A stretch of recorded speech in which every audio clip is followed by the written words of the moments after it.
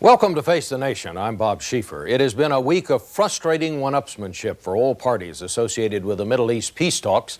While a new date, Tuesday, seems to have been agreed on at last, Israel's no-show last week did not bode well for a congenial dialogue between the delegations. We're not boycotting the talks, as you well know. We're going to be here, as I said, from Monday on. If the Israelis were really serious and if they desire really peace, they would have been present there. Israel is trying to sabotage the process, not just by such empty gestures and showmanship, but also by carrying out and intensifying an iron fist policy in the occupied territories. Meanwhile, the co-sponsor of the talks, the Soviet Union, has been mired in its own growing crisis. Severe food shortages are now expected within days. And now even President Mikhail Gorbachev is saying there could be another coup attempt. What can we expect from the Middle East peace talks? We'll ask the Secretary of State, James A. Baker, about that and the latest news from the Soviet Union. And we'll be joined by Thomas Friedman, the chief diplomatic correspondent for the New York Times. We're not here to make empty gestures or to sit in empty rooms. The troubled quest for peace, an issue facing the nation. From CBS News, Washington, Face the Nation, with CBS News Chief Washington Correspondent Bob Schieffer.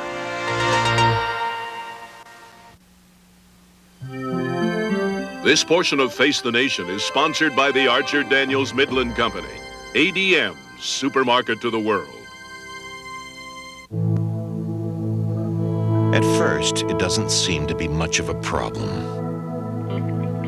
A tire here, a tire there.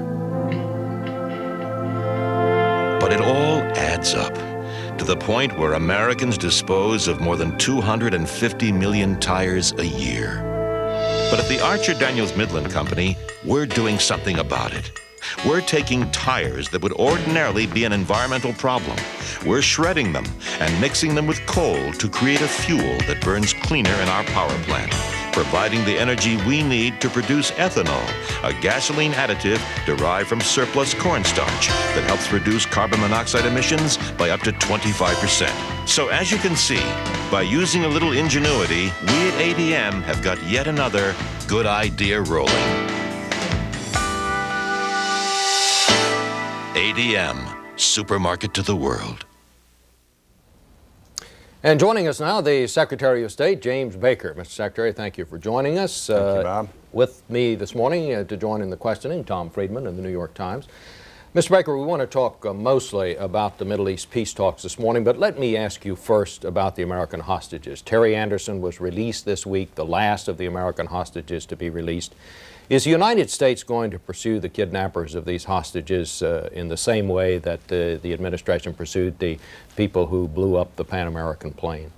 Well, Bob, we are, of course, delighted to see the release of all living American hostages. The book is not entirely closed because there remains the question of hostages from other countries and the question of the remains of two Americans who continue to be missing and who are presumed to have been killed while they were hostages. So I'm not in a position to comment beyond saying that we view the chapter as not finished. We want to see the release of Colonel Higgins' remains, Mr. Buckley's remains, and of course the release of other hostages who are being held. But you're not saying we don't intend to pursue these No, people. I'm not. I'm just refusing to comment because I think a comment by me either way. I'm certainly not saying we're not going to, but I'm not saying we are because I do want to see the release of these other hostages. We want to see that, and we want to see the release of these remains. Mr. Secretary, I wonder if you could bring us up to date on the peace talks and particularly your role right now. After Madrid, at Madrid, you hailed the parties for beginning direct talks. Mm-hmm. For 2 weeks, they couldn't decide on where to meet next, in part because the Arabs wouldn't talk directly to the Israelis about that procedural question. And then you simply, with the Soviets, set a date for here in Washington, December 4th, much to the aggravation of the Israelis. Now you seem to be stepping back and saying to the parties, well, you guys figure it out since they didn't meet on December 4th. What is going to be your role? The Israelis say you've learned your lesson now. You're not going to be the mailman anymore between the parties. You two sit down, figure it out. What is going to be your role? Let me say, Tom, that we have never wanted to be a mailman. We said that from the very beginning. It would be much better if the parties would get together and would sit down and would engage not just procedurally but substantively. We've always seen our role, though, as being a catalyst for peace to the extent that we can serve as such. We've said that we would try to be a driving force to see the process begin in the first place and then continue. If we had not proposed a date and location in Madrid at the end of October, I dare say the parties still would not have gotten to the table. So we're very pleased with Madrid. We're pleased with the fact that for the first time Arabs and Israelis are sitting together talking about peace. The mere fact that they're going to talk doesn't mean that we're going to have peace, but I can guarantee you that if they don't talk, we won't have peace. So it is a necessary first step. We want to see the process that was begun in Madrid continue, and we're going to do everything we can to encourage its continuation. We have made a proposal. We are not now going to start changing that by saying, well, if we can't do it on date X, we'll do it, let's do date Y, let's do date Z. What we've said is, here's where it ought to start now for the next go-round here in Washington, and we think from December 4th on, we should have facilities available and ready. They are available and ready. We're encouraged when we read reports coming out of capitals that the parties might indeed get together here in Washington sometime this coming week. Now, we don't know that they will. We hope that they will do that they themselves will begin to talk to each other about when and where they're going to sit down, and then most importantly, that they will begin to talk substance. But just to clarify then, henceforth, is it your position that you guys have to talk directly on where and when you're going to meet, or you're ready to still play? We said from the very beginning, we want to be a catalyst for peace. We want to serve as a driving force to the extent that we can and to the extent that it would be productive. And we reserve the right, as indeed I think we should as co-sponsors, to submit bridging proposals from time to time, if that would be helpful. Now, we hope the parties will do it themselves, and there's some indications that maybe those dynamics are beginning to take hold. Let me say one final thing. We said at the beginning of this process that there would be many hitches and many interruptions along the way, and we've had one now. It's not something that was unexpected. It was totally expected. We will have others. This will be a long and a complicated process, but at least the process has begun. I don't think it's going to totally collapse before they get together again. But what you're saying is you do intend to make suggestions on what they ought to talk about, and that's one of the things I wanted to ask you. What should happen this week besides just getting together, these people? What should they talk about this week? And do you have any indication that they are willing to talk about some things of substance at this point? There have been some private indications that the parties are willing to begin considering discussing substance. Now, whether that happens is really up to the parties. They may spend some time initially talking about where they will next meet. We don't know. We're not going to be in the room unless we are invited in the room by both parties. We've made that very clear from the beginning. Those are part of the ground rules. And our job really is to simply try and advance the process and do what we can that can constructively achieve that result. I don't think it's surprising. It should not be surprising. And frankly, it does not offend us, but it should not be surprising that we are being criticized now by both sides. We were not only criticized by the Israeli government, we were criticized rather strongly this week by some of the Arab delegations. So that's the role, really, of, I think, the role of peacemakers. And so maybe if we're being criticized by both sides, maybe we're doing something right. Prime Minister Shamir said week before last on this program that the Arabs believe that you are going to deliver Israel and that the United States is tilted to the Arab side. Is that a fair comment? I know what the Prime Minister believes because we have discussed that. On the other hand, I've made it very clear to him, as we have to the Arabs, that we cannot deliver Israel in that sense, and we would not if we could. that the process that was launched in Madrid was a process looking toward direct bilateral negotiations. That is the only way that the parties are going to get to peace, and that's the only way that any agreement that's reached is going to be lasting. Mr. Secretary, there's another issue hanging out there, the $10 billion Israeli request for housing loan guarantees. Now, I know you're not going to visit that issue till January or February. It's been postponed till then. But talking to people on Capitol Hill, you get a sense that the ground has really shifted since September when that issue first arose. They will say that even with your support and with the President's support for that $10 billion, they don't know that Congress will actually back such loan guarantees. I'm curious if you've detected that kind of shift in the mood toward foreign aid in general and on that issue in particular.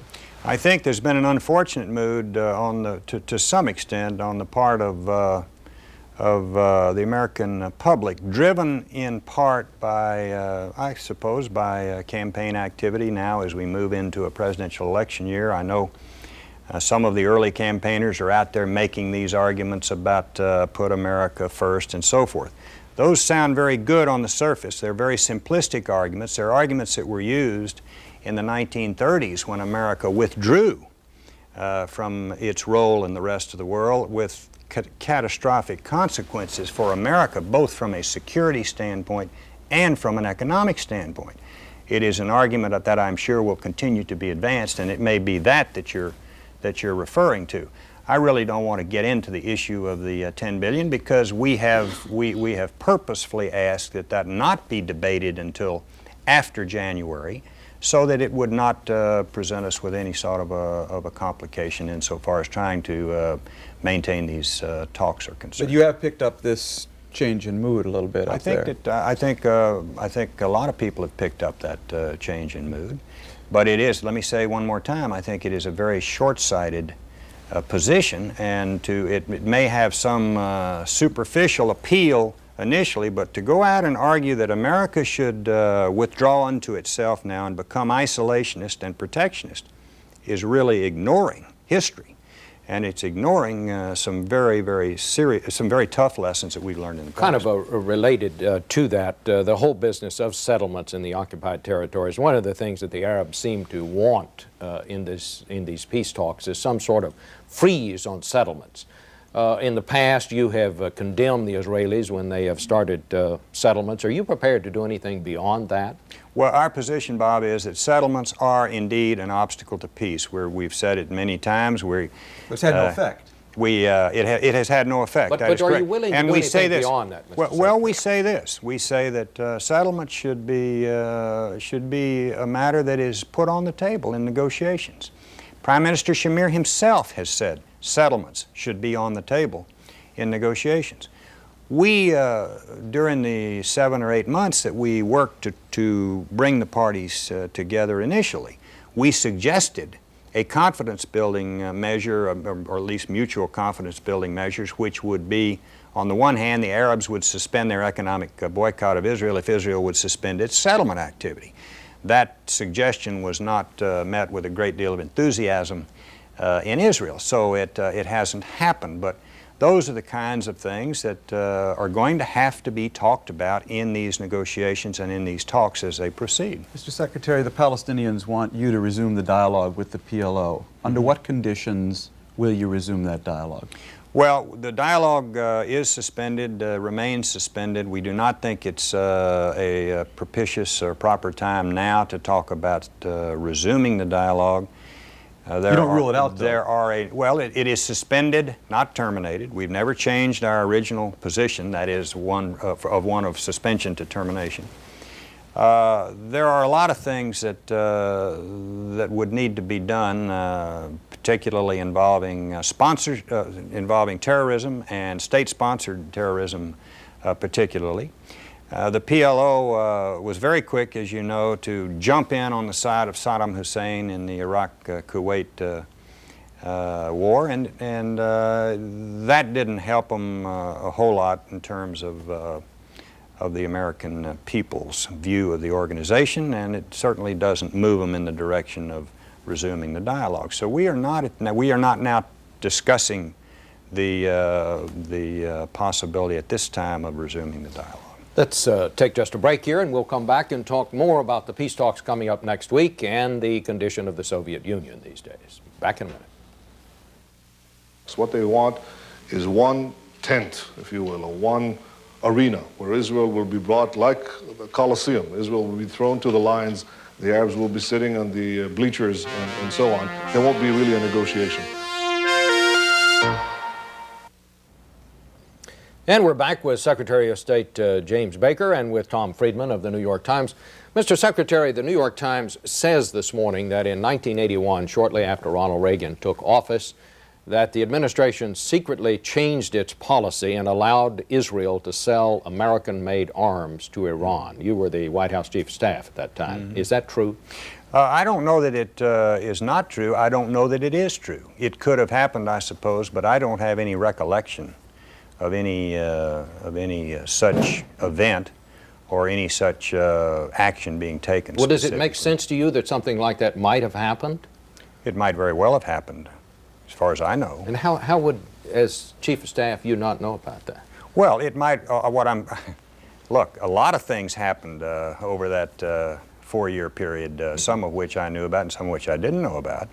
But it might very well have been the case that we had decided to do that as a favor to Israel. I mean, I don't know. Do you think the president? Favor to Iran. Do you think the president knew about it? As a favor, perhaps, to Israel, because Israel would earn some, I suppose, some money from selling those parts to. We do cooperate with Israel on matters such as this. This was right after the hostages were released from the American embassy there. Well, I read the story this morning in the paper. It was in the spring, as I take it, of 1981. It might very well have happened. Do you think I don't have a recollection of it happening, but it might have happened. Do you think that the president would have known about it had it happened? You know, I don't know. The Secretary of State is the person, as I understand it, who is empowered to approve the export of technology such as that is restricted. I, for instance, do this in my capacity now as Secretary of State. That doesn't mean it would have necessarily have been something that would have come to the President's attention, but it might very well have. Do you think if it I don't know. Do you think if it is true that it was a dangerous precedent? I don't want to speculate on it because I don't know, Tom, enough about it. I don't know whether it was. I don't know what it had to do with wanting to do something for Israel, if indeed it happened, or other considerations. So. Well, it certainly is going to revive, don't you think, some speculation about the release of the hostages coming as it did only a few months after the American hostages were released and just after the Reagan administration? Well, I read where there was a release of $6.8 billion or something like that, I think, in that same article this morning to Iran 2 days before the hostages were released by the Carter administration. So who's to say? I don't know. All right, let's talk a little bit about the Soviet Union. Do you think Mr. Gorbachev is going to be able to hold the Soviet Union together? I think the Soviet Union, as we've known it, no longer exists. I think that there will continue to be efforts to maintain some sort of a center. Who's to say what the powers of that will be? Who's to say whether it'll be a loose confederation of sovereign states, independent republics, or whether it'll be some sort of a commonwealth, or whether it'll be more than that? The important thing, I think, about the major transformations taking place in the Soviet Union today is that while there's opportunity, there's also great danger associated with these transformations. And the important thing is that they proceed in a positive and peaceful fashion, because we really do run the risk, in my view at least, of seeing a situation created there not unlike what we have seen in Yugoslavia, with nukes, with nuclear weapons thrown in, and that could be an extraordinarily dangerous situation for Europe and for the rest of the world, indeed for the United States. So our view is that we want to do whatever we can, use whatever modest influence we might have to see those transformations move in a positive and peaceful way. And that's why we've laid out certain principles that we think should govern these transformations, even though we recognize that what the Soviet peoples and the peoples of the republics of the Soviet Union decide they want is a matter for them to determine. But Mr. Apropos of that, I accompanied your trip in September to the Soviet Union. I remember then, it was right after the coup. And I remember you and aides saying, we've really got to move quickly here with some kind of high-profile demonstration projects or whatever to demonstrate to the Soviet people that democracy doesn't equal chaos and hunger, that it really can lead to positive change. But I don't see anything since September. I see a lot of talk. I see some food, some cans of food going, but... Let me name a few things. Humanitarian assistance has gone in there. The volume of it is a lot greater than a few cans of food. We have extended the principal, we have delayed the principal payments on all of the Soviet debt. The Congress has recently provided for $500 million, $400 million to use in destroying nuclear weapons and $100 million to be used in transporting food. And since that time, President Bush has authorized another $1.5 billion in grain credits and direct food aid grants of about $165 million. So the perception that nothing has happened since September is absolutely wrong. Those are steps that have been taken just in the 2 months since we were there. It sounds to me, though, that's largely in the humanitarian area, not in the technical assistance area or a serious, visible, demonstrable projects that they can point to. Tom, I would really argue with you. These are very serious, very demonstrable, and they're big-ticket items. Technical assistance, you might be quite right, but it takes a while to get technical assistance projects online. We still are working on some technical assistance projects with the Soviet Union. But when you extend the payment of all of their debt, you give them an additional $1.5 billion in food aid credits and direct grant assistance, and you come up with a $500 million package, 4/5 of which is to be used to denuclearize, if you will, the outlying republics. And are you going to use that? Well, I think I would be very surprised. I mean, I can't think, let me say this, I can't think of anything that is more in the national security interests of the United States than using some of our defense dollars to get the Soviets to eliminate their nuclear weapons. What could be more in our interest? Mr. Secretary, I know that you don't do domestic politics, and you tell people that all the time when they ask about political questions. Do you envision any circumstances under which you might leave the job you have now next year and come back to take some political role in the campaign as you have in the past? No. Let me ask you, why do you think the president's popularity has gone down so much? Well, I think you have to remember what the president said, that he doesn't live by polls. He said that when he was at 86%. He said polls are only a snapshot, and that's all they are. They're a snapshot at a particular time. So you're going to see great variations. Well, what do you cause this snapshot? Well, I think the fact that we have a very, very sluggish economy, and a lot of people out there vote their pocketbook, and they answer polls based on that. But I should also say, as a former Treasury Secretary, that I would think that that we would see an upturn in this economy coming sometime during the course of next year. Let me say one other thing about that. When people answer polls or when they go into the voting booth, they generally do so on the basis of their impression of the general course of events, not so much exactly where things are at that particular time. So I think there's a lot of early optimism and glee out there on the part of Democrats as we move into a general election year that may or may not be particularly well founded. We have to wait and see. I have to stop at this point. I'm sorry, Tom. Our time's run out. Thank you, sir. Thank you. We'll be back in a second. Foreign policy? No, wait a minute. I didn't come here to talk about foreign policy. Just a minute. What is it? Well, that's it, and we'll see you next week with another issue facing the nation. Thanks.